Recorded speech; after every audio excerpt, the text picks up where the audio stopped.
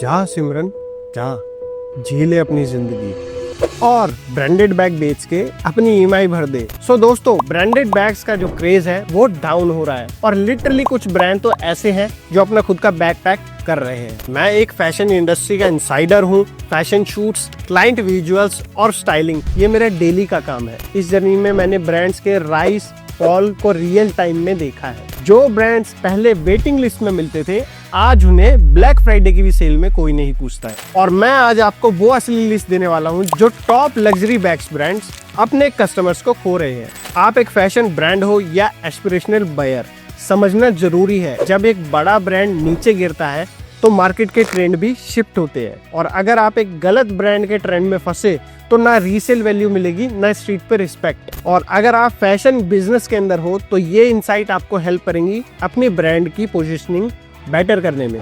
And तक देखो क्योंकि आपको मिलेगा एक सिंपल फ्रेमवर्क जिससे आप प्रीमियम ब्रांड्स की तरह बिहेव करो without making Gucci level mistakes. आजकल लोग लोगो देख के नहीं, वैल्यू देख के पैसे खर्च करते हैं और इसी वजह से इतने बड़े ब्रांड्स जैसे गुच्ची, माइकल कॉर्स, बैलेंसियागो, इनका इतना बड़ा नाम होता था, आज उनका कस्टमर बेस तेजी से गिरता जा रहा है। फॉर एग्जाम्पल, गुच्ची का रेवेन्यू 20% डाउन हो गया है ओवर प्राइसिंग, ओवर ब्रांडिंग और अंडर परफॉर्मिंग स्टाइल्स की वजह से। माइकल कॉर्स ने इतना डिस्काउंट दिया कि लोग बोले भाई ये तो मॉल वाली शॉप से भी सस्ता लग रहा है। ब्लूबेरी, सैन लोरोन, बैलेंसियागो सब इस रेस में है और लोग पता है क्या कह रहे हैं, ब्रो ये तो इमोशनल डैमेज हो गया।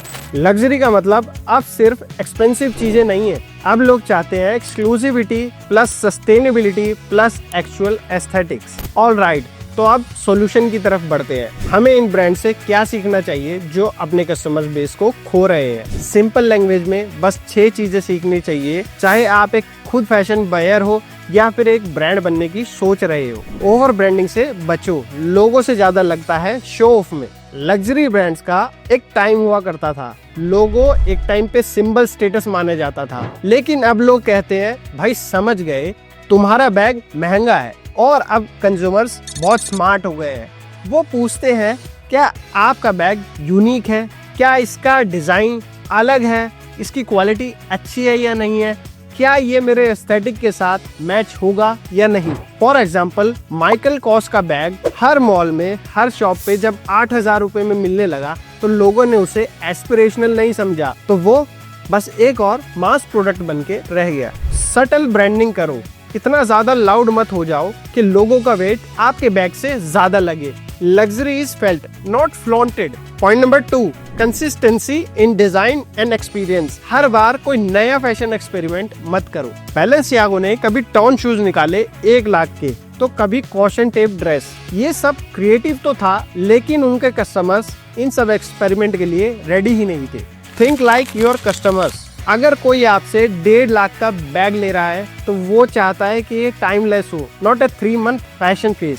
As a brand, make sure product की क्वालिटी, पैकेजिंग, डिलीवरी एक्सपीरियंस सब कंसिस्टेंट हो। अगर एक बारी कस्टमर डिसअपॉइंट हुआ तो वो वापस नहीं आएगा। Point number 3, listen to your audience. Fashion का मतलब सिर्फ पेरिस नहीं, आपके ऑडियंस का मूड भी है। लग्जरी ब्रांड्स ने ऐसा बहुत बारी इग्नोर किया कि रियली में जो उनके एक्चुअल कंज्यूमर्स हैं वो क्या चाह रहे हैं। चाइना जैसी मार्केट में जब लोग मिनिमलिज्म और पेस्टल टोन्स चाहते थे, तब ब्रांड्स ने उन्हें लाउड और नियॉन पुश किया, जिसकी वजह से 20% सेल डाउन हुआ। वहाँ सोचने वाली बात है, आप सिर्फ रनवे मॉडल्स के लिए बना रहे हो या रियल कस्टमर्स के लिए बना रहे हो। आस्क योर ऑडियंस, इंटरेक्ट करो, पोल्स लो, फीडबैक लो और पूछो क्या चल रहा है क्या नहीं। Point number 4, sustainability plus purpose. ये किसी एनजीओ की लैंग्वेज नहीं है, ये न्यू लग्जरी है।